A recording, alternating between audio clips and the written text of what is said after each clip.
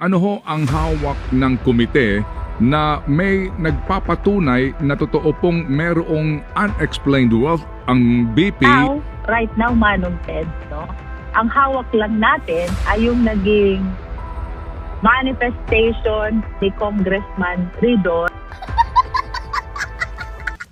Ito ang wow trending. Walang hawak na ebidensya, ito ang malinaw na sagot ni Congressman Luistro nang tanungin ito ni Manong Ted Filon. Sa isang interview, tinanong ni Manong Ted Filon si Congressman Luistro kung ano ang kanilang hawak na base on the complaint na nagpapatunay na totoo pong mayroong unexplained wealth si Vice President Inday Sara Duterte at mayroon itong mga irregularidad sa kanyang salin. At ang sagot ni Luistro, well now Manong Ted, ang hawak lang natin ay yung naging manifestation ni Ridon. Base daw kasi sa batas na hindi po pwedeng mag-request ang complainant ng bank record ni Vice President Inday Sara Duterte na buksan ito dahil merong batas ang bank secrecy law. Pero sa pamamagitan ng pag-file ng impeachment complaint laban kay Vice President Inday Sara Duterte, pwede na daw nabuksan ang salin ni BP Inday Sara. Sumagot nga ang mga abogado ni Vice President Sara Duterte sa pahayag na ito ni Congressman Luistro na ebidensya muna bago ang hearing, hindi yung hearing muna bago ang ebidensya. Ang hatol at suwisyon ng Supreme Court ay ilakip ang mga ebidensya sa pagsasampa ng impeachment. Ang nag-aakusa ang siyang dapat naglalatag ng ebidensya. Ang pagsubpina ng mga dokumento ay ginaganap lamang kapag formal nang isinasagawa ang impeachment trial proceedings, pero diskarte ng mga buhayang maletagang ay fishing of evidence sa dahilang wala talaga silang hawak na ebidensya, ultimate facts. Kaya kahit wala na sa formal ang isinasagawa ng impeachment trial proceeding, ay aabusuhin nila ang pagsubpina sa mga dokumento. Ayon pa nga sa mga netizen sa kanilang komento na what a desperate moves, mag-impeach tapos wala naman pala kayong hawak na ebidensya. Ano yan, hearing muna bago ebidensya? Manifestation lang ang ebidensya, unexplained wealth, di ba nilabas na ng salin? Konti na lang ang pera, labas nyo ang salin nyo mga unggoy. Shopee na nga lang kung mag-shopping ang BP, unexplainable. Hilo mo oy, apil rin baka sa maleta? Kaya di tinanggap ng Supreme Court ang gusto nyong mangyari kasi kayo lang ang huhusga base sa allegation nyo at hindi sa ebidensya. Mga nakapag-aral naman kayo ng abogasya pero di nyo ina-apply ang tamang proseso. Kayo-kayo pinagtatawanan ng kapwa nyo, abogado. Fishing expedition lang pala sila, malapit ng malunod ang bansa. Impeachment pa rin ang inaatupag ng mga buhaya. So yung impeachment is based on Ridon's manifestation, manifestation. Sa puntong ito ay magbibigay tayo ng paliwanag hinggil dito sa inamin mismo ni Congressman Toby Chanco. No? Alalahanin natin na si Congressman Toby Chanco po, ang kanyang asawa at ang sila Marcos Jr. at sila Martin Tambaluslos ay magpipinsan. So cousins po, no? Ang relasyon magkakasin o magpipinsan itong si Martin Tambaluslos, si Marcos Jr. at ang asawa ni Congressman Toby Chanco. Malinaw po ang naging pagpapahayag the other day ni Congressman Toby Chanco nang sinabi niya na nais lang naman talaga nilang mapa-impeach si Vice President Sara Duterte, referring to Marcos and Romualdez. Sabi niya dahil hindi nila kayang arigluhin ang isang Sara Duterte. Papanagutin sila, hahabulin sila at paparusahan itong mga magnanakaw at mga mandarambong sa kabanang bayan at umabuso sa kapangyarihan upang lustayin at kurakutin ang pundo ng pamahalaan. Sa pangunguna of course yan, nila Tambaluslos at nila Marcos Jr. at ng mga alipuris o mga tauhan nila sa sindikato ng gobyerno nila. Yan po ang very categorical na naging pahayag ni Congressman Toby Chanco. Well, makikita naman po natin kung sino ang mga nakakatanggap ng maleta o nakatanggap ng maleta o yung pinagparti-partihan sa pinagnakawan, sila po yung maiingay at nagsisilbing mga attack dogs laban kay Vice President Sara Duterte. Sapagkat yung political views na sinasabi ni Congressman Toby Chanco, mahirap po makipag-areglo sa isang pangulo na kagaya ni Sara Duterte na desidido o mayroon pong deliberate posisyon na papanagutin niya ang mga nagdambong, nangulimbat at nangurakot sa kaba ng bayan, nag-abuso at naglustay sa pundo ng bayan, sa pundo ng mga mamamayan. At hindi po basta-bastang krimen ang nangyari. The monumental crime of corruption and massive plunder was presided no less by Marcos and Romualdez. Itong magpinsa na ito. Kaya, yung mabalahibong kamay ng maruming manipulasyon nila Marcos at Romualdez sa impeachment ni Vice President Sara Duterte ay kinumpirma at ibinuko ni Congressman Toby Chanco. The only reason kung bakit itong mga tauhan na mga buaya, hippopotamus sa pagnanakaw at pangungulimbat at pandurobo sa pundo ng pamahalaan, mga kongresistang sakim at ganid sa pangungurakot ay talaga namang todo-todo ang suporta dito sa maruming laro ng impeachment maneuvers na ipinapakumpas ni Marcos at nila Romualdez laban sa Vice Presidente. Pero malaking tulong na rin po kahit papano, bagamat hindi direktang tinutukoy ni Congressman Toby Chanco ang kumpas at order ni Marcos, pareho na rin po yun dahil tinukoy niya na si Romualdez gumagamit ng mga attack dogs sa Kongreso. Sinusuhulan ito at pinipressure sa pamamagitan po ng mga iba't ibang pamamaraan ng panunuhol sa nagaganap ngayon dyan sa Kongreso. Kagaya ng ginawa nila last year, 2025. Kung papaano po nila inabuso nila Romualdez at Marcos ang proseso ng impeachment. Kung saan hindi po ito nakalusot sa Supreme Court at idineklara itong unconstitutional dahil binaluktot at inikutan ang mga proseso, iwinala ang prinsipyo ng due process at hindi kinilala ang equal protection of law, which are the principles and foundation in the democratic exercise ng mga karapatan at tungkulin sa isang demokratikong lipunan, lalo na sa pagpapatupad ng mga probisyon ng batas. Kaya naman po, ito ang nangyari ngayon, nag-react ang isa sa mga tinitingnan na supposedly kaalyado po ito ng administrasyon ni Marcos. Itong si Congressman Toby Chanco, pero ang nangyari po ay ibinubulgar niya at ipinapakita kung gaano ka-rumi, gaano ka-dumi itong impeachment operations laban kay Vice President Sara Duterte. Sa aking background, medyo makikita nyo, masakit na ang sikat ng araw, inabutan na po ng sikat ng araw ang ating live, or ang ating video talakayan and analysis sa Balita Talakayan, kaya dito na po ang light sa harap ni Ka Eric, kaya medyo nagre-reflect na rin po sa ating screen ng ating cellphone, kaya medyo nakaka-distract, pero sige lang, pakinggan nyo lang po si Ka Eric dahil iwan ko kung ililipat natin ang angle, magbabago siya, pareho lang din yata mga kababayan.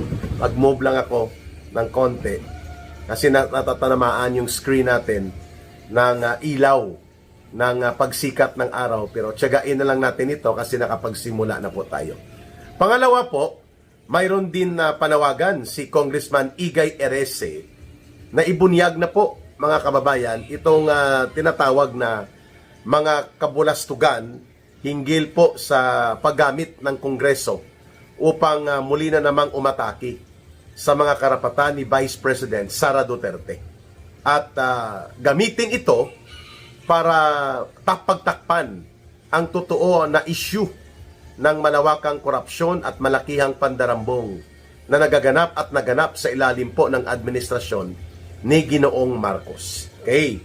So dalawa na po ang nagsasabi na ang layunin lang naman talaga kung bakit gustong-gustong magpa-impeach ni Martin Romualdez with the support of Marcos laban kay Vice President Sara Duterte is because takot na takot po sila na makakaupo bilang presidente si Sara Duterte either earlier of 2028 or earlier than 2028 dahil pwede pong mag-resign si Marcos Jr.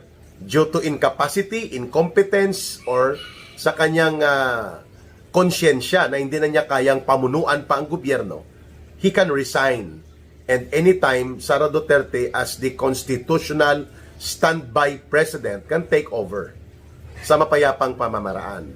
Or, mag-hold the line si Marcos dahil takot na takot nga sila sa isang presidente na Sara Duterte at susubukan po nilang hindi makatakbo si Sara Duterte sa 2028 sa pamamagitan nitong impeachment gimmick nila, or kung hindi ito magtatagumpay hanggang sa Senado, hindi nila makukuha ang vote of 16 senators at the least para ipakonvict ang isang Sara Duterte.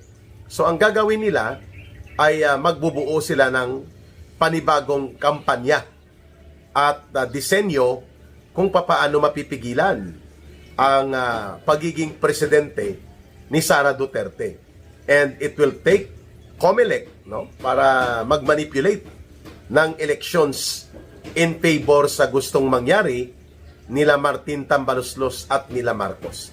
But still, the bottom line, mapapaaga man o mananalo si Sara Duterte sa pagka-presidente, takot na takot itong sila Marcos at sila Romualdez.